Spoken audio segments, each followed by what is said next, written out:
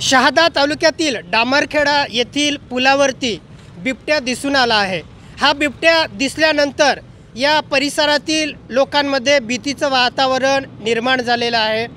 लोक या बिबट्याच्या भीतीने घराबाहेर पडत नाही आहे, अत्यंत घाबरलेले आहेत। बरेच आदिवासी बांधव हे शेतमजुरीवरती आपला उदरनिर्वाह करतात। ते जर शेतमजुरीला बाहेर पडले नाहीत तर ते खाणार काय? अशा परिस्थितीत वन विभागाने या बिबट्याला पकडून तात्काळ त्याला जेरबंद करावं, त्याचा बंदोबस्त करावा या मागणीचं निवेदन आज आम्ही आमच्या बिरसा फायटर नंदुरबार संघटनेतर्फे माननीय वन क्षेत्रपाल वन विभाग शहादा जिल्हा नंदुरबार यांना दिलेलं आहे।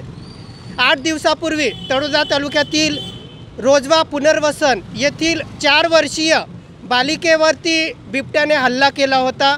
त्या हल्ल्यामध्ये त्या बालिकेचा दुर्दैवी मृत्यू झालेला होता। 15 दिवसापूर्वी शहादा तालुक्यातील इस्लामपूर येथील एका युवकावरती सुद्धा अशाच पद्धतीचा बिबट्याचा हल्ला झाला होता आणि शेतामध्ये त्याचा मृतदेह सापडला होता। ठिकठिकाणी बिबट्या या नंदुरबार जिल्ह्यामध्ये हल्ला करत आहे। विशेष करून शहादा, तळोजा, अक्कलकुवा या तालुक्यासह संपूर्ण जिल्ह्यामध्ये बिबट्याने दहशत माजवलेली आहे। अक्षरशः लोक जीव मुठीत घेऊन प्रवास करत आहेत। अशा परिस्थितीमध्ये वन विभागाने या बिबट्यांना पकडलं पाहिजे आणि दूर कुठेतरी सोडून दिलं पाहिजे, तात्काळ उपाययोजना करायला पाहिजे अशी आमची मागणी आहे। ही जी बिबट्यांची संख्या आहे ही वाढलेली आहे। हे बिबटे लोकांना दिसत आहेत परंतु वन विभागाला दिसत नाही आहे, ही आश्चर्याची बाब आहे।